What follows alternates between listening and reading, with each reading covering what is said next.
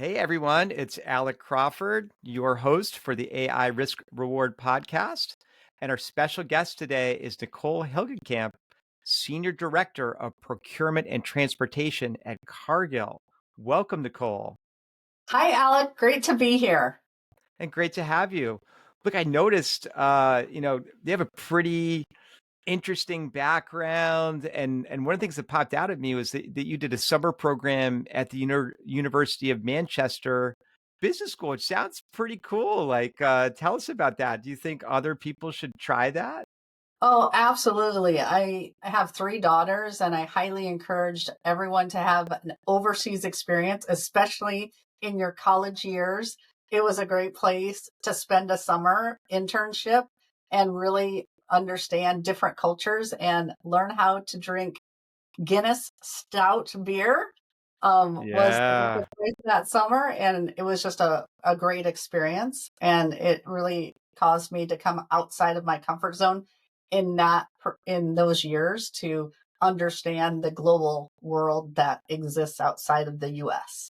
Yeah, studying and traveling outside the US is super important to understand what's going on, including with AI, obviously. And you mentioned a book to me earlier, Your AI Roadmap by Dr. Joan Bajorek. Could you pitch the audience on that book? Yeah, I love that book. Joan's done a great job kind of putting together a roadmap of how to get started with AI and ways that you can utilize AI in your life and how to think about it from even monetization and utilizing it to, in different passive income streams. And so it was one of the first AI books that I read. And I love her very practical approach to ways that you can start to utilize AI and especially to make money. Wow, that's super cool. Yeah, I mean, it's just getting better and better all the time. I was having dinner with some people earlier this week, and they were talking about using Claude to generate some code and then Cursor to upgrade it. And they're creating apps in 45 minutes. I'm like, this is unbelievable, right? It's moving so fast. And what inspired you to focus on AI and digital transformation in your career? Well, I always have been in. I'm a trained, college degree in sociology and the study of people and groups. So when I went into corporate America and worked with multiple cross-functional groups across the largest companies in the U.S., I really started to learn how to get really good at leveraging influence and people. And one of the things that those groups have a hard time with is technology adoption. And because technology over our lifetime continues to evolve at the warp speed, it becomes to where people start to become almost archaic in their approaches. And so I've always been working in corporate America on digital transformations, and the largest disruptor that I think any of us will see in our lifetime is artificial intelligence. The nice thing about artificial intelligence is it's the most intuitive and easy to use if with just a little bit of patience, and it's the fastest to adopt. But it's also the I think one of the uh, more scary technologies that have crossed our desk, and so that's why we're not seeing as great as adoption as we'd like to see. But I really knew that in the corporate environment you have to stay up on all technology and transformation. And when I started to become, AI started to become a thing, I knew it was a must, and I knew it was a game changer, and right now it's something that everyone will need to survive, quite frankly. Yeah, that's absolutely true. Like, if you're not in the group that's using it, you're gonna have a problem in your career like real soon now. And speaking of, AI being scary, that's exactly what we try to prevent at AI Risk is AI not being scary, but helping people, helping it stay in the guardrails, all that kind of stuff. And you did mention also Dr. Nikki Sweeney is really going out there and talking about the bias in AI regarding women. If you could talk about that a little bit. Yeah, Dr. Nikki Sweet's done a great job bringing to the forefront. All of the large language models are learning from the past. And we know in our past that it's taken, and, it's great that we're having this call on International Women's Week, which is March 8th. And we are, women have had to fight their way into boardrooms, into having a voice, etc. And when those large language models are learning from mostly historical information, it comes with all the bias of those learnings. And so, for instance, if I were to prompt, provide me a image of a CEO in a lilac suit, I and I took it to all the large language models, Claude, OpenAI, AI, um, llama, etc. Most of them will present me a male in a purple suit. So we do have a bias, and as women we have to work to retrain the LLMs to take that bias away. Because as we start to use more artificial intelligence, we're going to see it show up, and we don't want it to show up when we're in our hiring practices, in the content that we create, in our marketing materials, etc. And so we have to reteach AI about that bias, and we have to then, when we see things like that, say, why did you give me a male when I just asked for a CEO, and that some of those actions will help us do that. And Nikki's really good at showing those examples so that people are self-aware of the bias that does exist in all those large language models today that we have to Yeah. teach its way out. Yeah, it's super important. And also, even before the data gets there, cleaning up the data basically, right? Trying to remove the bias from the data before it gets to the AI. And you mentioned a great boss, Beth, you had worked for. Could you give us a little background and talk about her a little bit? Yeah, I love my boss, Beth. She just recently left corporate and went into special education teaching, but she started her career as a consultant, and midway through her life went into special education. But what she was phenomenal at is she was just very direct and wanting to help you grow and give you the truth and what you need to work on in order to continue to excel as a leader. And 9 times out of 10, your leader, they become a leader because they work their way up, but there's only 1 out of 10 that's a good people leader. And that's what Beth was, is because she cared about the people, and she gave them the gift of feedback, and consistently, that so many people shy away from in leadership because they're afraid to give you the raw truth of what you can do, because most people can't take feedback as constructive and as a gift, and they take it as more of a, you know a, a negative versus a positive. Yeah, that's super, super common. And there's obviously lots and lots of books and things to help coach you to be a leader, and lots of techniques you can use. The first one of which is, hey, Nicole, can I give you a piece of feedback? Or Yeah, can I give you a little bit of advice? And if yeah, they say no, then they don't want it. right, right. I mean, the number one way to improve is to be self-aware. And if our leaders aren't truthful in what you can do to improve, then the people won't be self-aware. And those are the individuals that I've worked with in the past that had performance issues, are the people that just weren't self-aware. Yeah, And you have a 50-50 shot once you give them that feedback, if they accept it, and then that self-awareness. But if they accept it, then there's 9 times out of 10, they're going to work their way into a much better state. that's awesome. And tell us the story of how you got to Cargill. Yes. So I was, in a smaller town. Cargill sets up a lot of big plant facilities in the smaller towns because in the Midwest, they do a lot with corn, and or they are all by a lot of waterways, but you're never going to find them in the middle of a city. And so I was from a bit of a smaller town outside Omaha, Nebraska, and I was our company that I'd previously worked for, Hewlett Packard, was moving out of Omaha, and they were doing some outsourcing. And so I then knocked on the door of big privately held company Cargill, and got into their procurement organization because it just was another big company. And Cargill's the largest privately held company that you've never heard of. Oh, absolutely. Well, I've heard of Cargill for sure. So Okay, good. yeah. Um, so turning to AI, how has AI given Cargill or your team a strategic advantage? Yeah, and so many things. I mean, we can save any individual can save anywhere, I say, from 2 to 8 hours a week just utilizing AI, just the standard LLM chat for research, Wow. for content creation. And so I work in procurement. Our teams are using just the chat feature to create the supplier letter, to look for a part, to look for the 5 suppliers in my area that can provide X, to provide market intelligence around this commodity. So procurement runs on data. And so when that data is available in an LLM and it's within 30 seconds away and it can pull comprehensively what used to take us hours to correlate.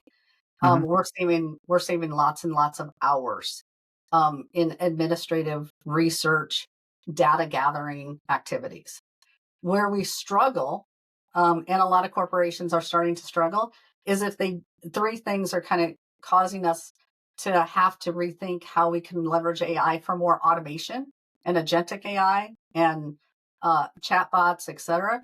And that's where we have disparaged data. If your company has data that kind of lives in multiple places, then AI is going to have a hard time finding it.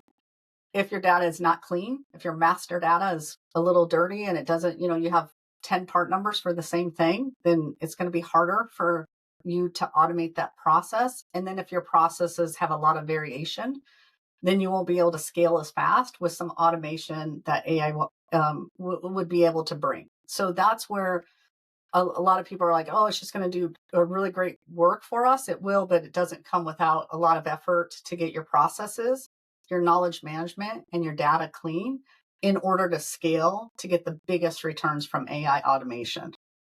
Yeah, totally. This is a really standard path. It's like, let's do AI to do content creation. Like, oops, our data is a little messy. We got to fix that before we do kind of some more big, interesting things with AI. And then, how do you think about privacy? Because obviously, as everybody, all the listeners of this show know, if you go on ChatGPT on the web and put in something confidential, like it's not confidential anymore, right? So how do you deal with that with the team, and what are the plans in the future to kind of keep your AI private for anything confidential or whatever?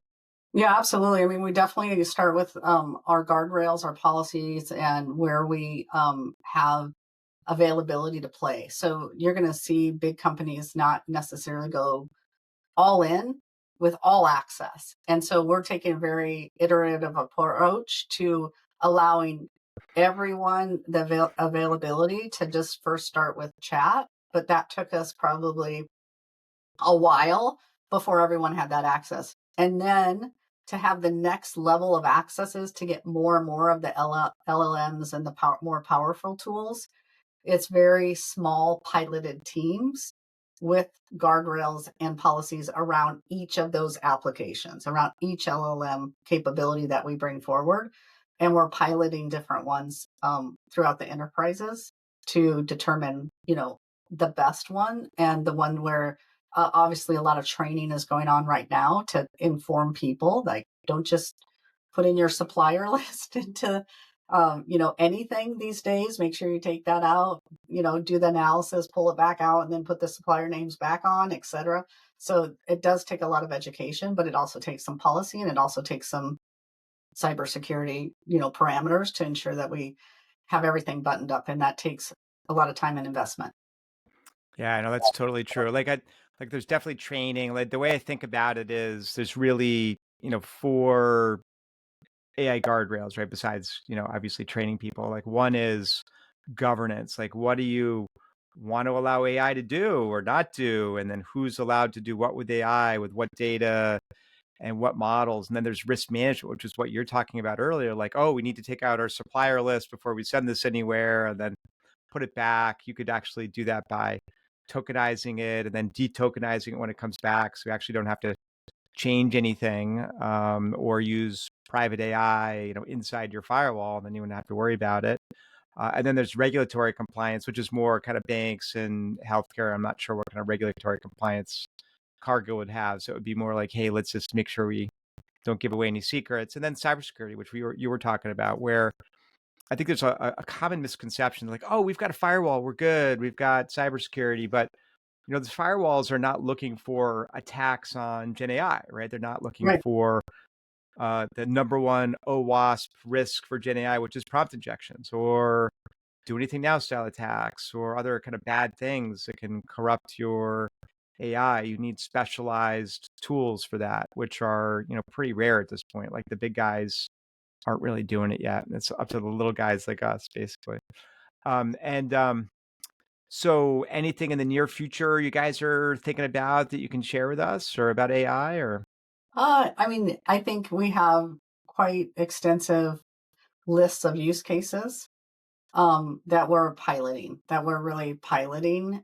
We've had some really successful wins and working with our customers on how they can utilize it as well. But nothing that groundbreaking that I can share at this point. Yeah, too secret. All right. Well, tell us a little bit about She Is AI.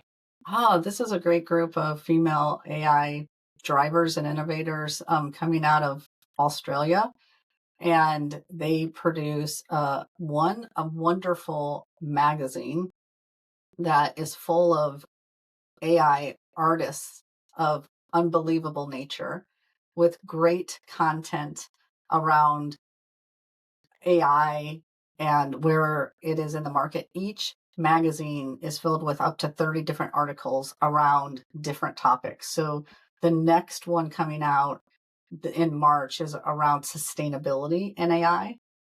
Mm-hmm. They're on their third magazine and they're Cool. creating a community of practice of females to consistently learn AI, and they're starting to crop up a lot more of these organizations, especially with females. Females in the globe make up only 22% of AI users. So there's still a gap that we want to fill with females in artificial intelligence.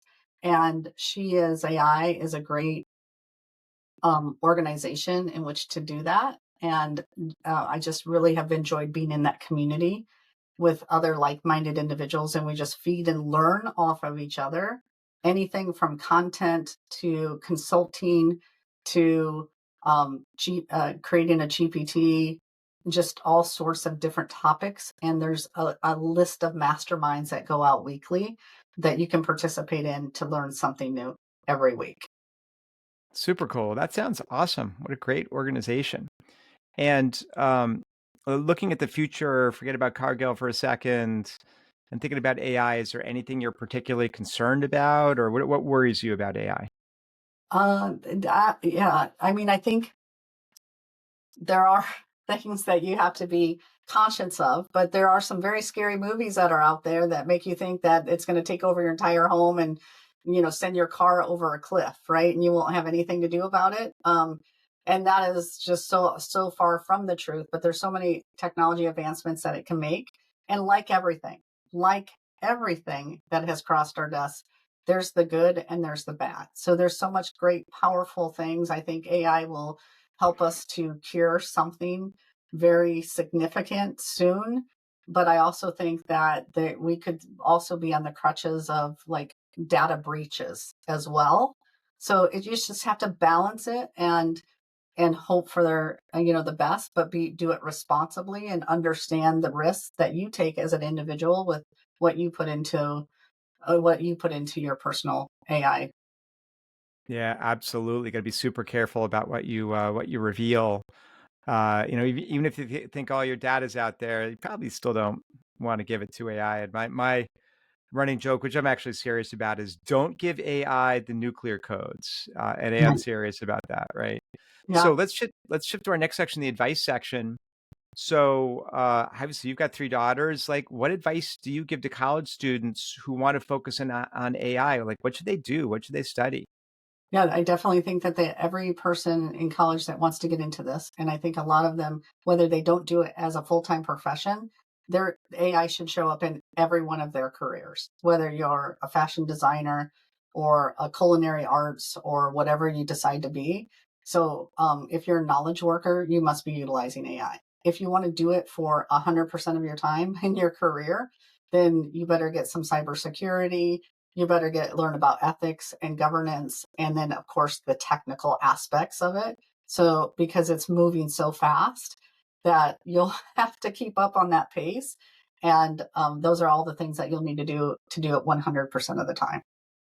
Yeah, no, that's great advice. And as you adopt AI at a big company, like what are some, problems you had to avoid or, what we call pitfalls, things like, oh, don't do that. Like that didn't really work. Like any advice for Yeah, companies yeah, adopting AI, what to avoid? yeah, absolutely. I think you have to, one is you have to get executive sponsorship that it's okay to experiment with AI at your company, and you want that person in charge and in control to be kind of at the forefront to saying we are wanting to bring more artificial intelligence here. We want to do it not to replace you, but to enhance and to allow you to work on more value added tasks. So that's another huge fear to get over. One is the permission. Two is it are you once I learn it, is it going to take my job? Am I going to work myself out of my job? And that's why you want to learn it so that you can be proactive. So as you start to get more of your job possibly automated, that you're working up towards that next level of value that you can bring to the company and upskilling yourself at the same time. So it's great for that engagement and for that personal growth, but people are scared of those two things. One, is it okay to do? And two, am I going to work myself out of my job? And therefore, that's where we start to see not so much adoption. And so, big companies, big or small, need to say it's okay, experiment, and let's find a way to utilize it as our co-pilot, as our strategic partner, so that we can grow our business. Yeah, look, it's got to be leadership from the top. You look at Jamie Dimon for the last couple of years, the chairman and CEO of JP Morgan, and in his annual report, he said, AI is a race you don't want to lose, right? Right. So that's leadership from the top for sure. And he's got thousands of people working on AI there. And how about something under the radar that you could use AI for that AI is really good at, but people aren't really thinking about? Yeah. I'm going to say AI is really good at being a therapist. And when we talked earlier today about self awareness, I've been working with AI just to like content creation and do some research personally. What should I cook for dinner? What should my workout be? How should I pose this question to my daughter, etc. So I use it for all those things. It's getting to know me. And then when I ask it something very poignant of like, how would you assess me as an individual, with a really great prompt? Oh my gosh, mic drop, like shocked of how it assesses me and how spot on it is. And really now with that awareness, I'm like, oh, that's my perception. That's my perception. And now I can manage that perception because I'm aware of it. And so there's some really cool prompts around how to gain some information about yourself that you can, use to upskill, use to be aware, and use to manage those perceptions and your brand. Yeah, that's super, super cool. Yeah.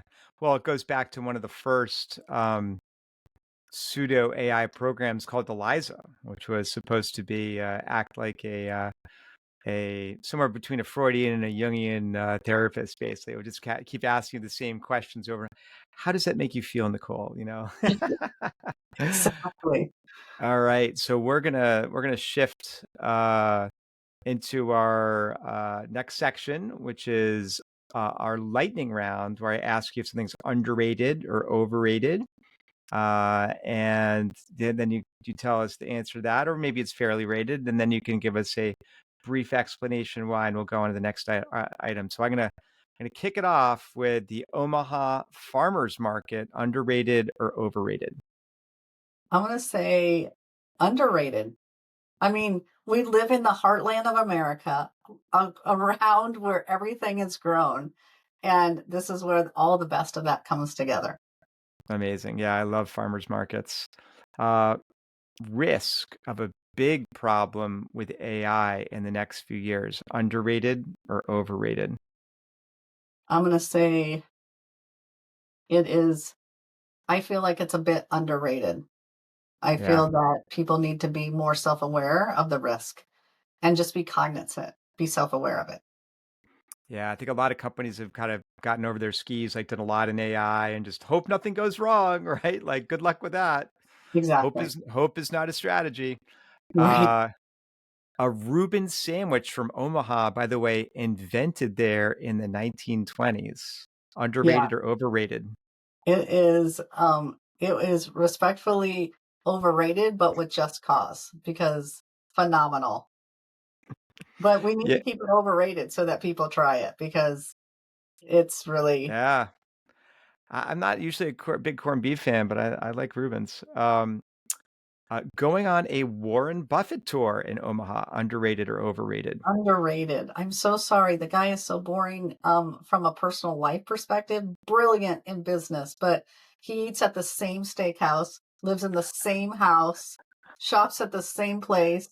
And there's like only 3 places that you're gonna visit if you do a That Warren is Buffett. hilarious, and you'll probably see him because he's always at these 3 places, right? Yes, Way better than a Hollywood tour where you're never gonna see a star, forget it. Reading a newspaper, an actual newspaper every day, underrated or overrated? overrated. I like my content digital. Being a parent of, 3 girls who do lots of activities, underrated or overrated? Oh, underrated, underrated.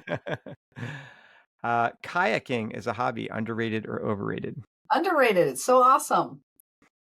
The Nebraska State Fair, underrated or overrated?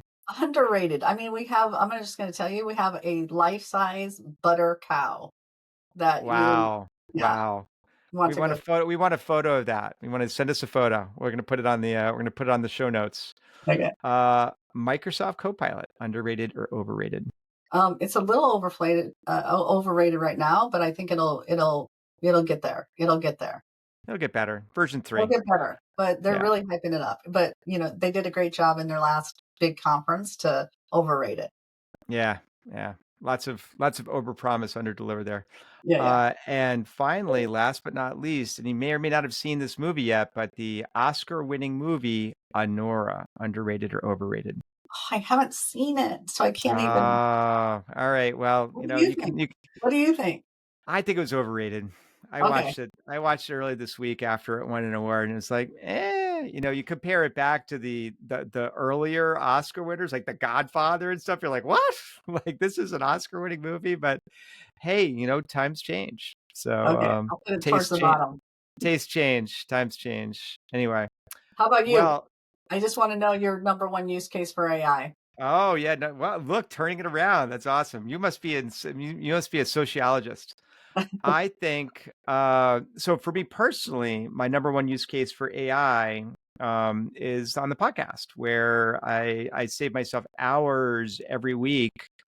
For example, I have a podcast agent that will look up my guests on social media and construct the 3 different sections: the questions that I ask, the advice section, and then the underrated or overrated section. What I usually do is have it create 3 times as many things as I need and just delete the ones I think are kind of boring or whatever. And I might throw in a couple of extra things, but largely it does the work for me. It's my research assistant That's awesome, Alec. for yeah. Anyway, Nicole, thanks for coming on the show. This has been Nicole Hilgenkamp, Senior Director of Procurement and Transportation at Cargill.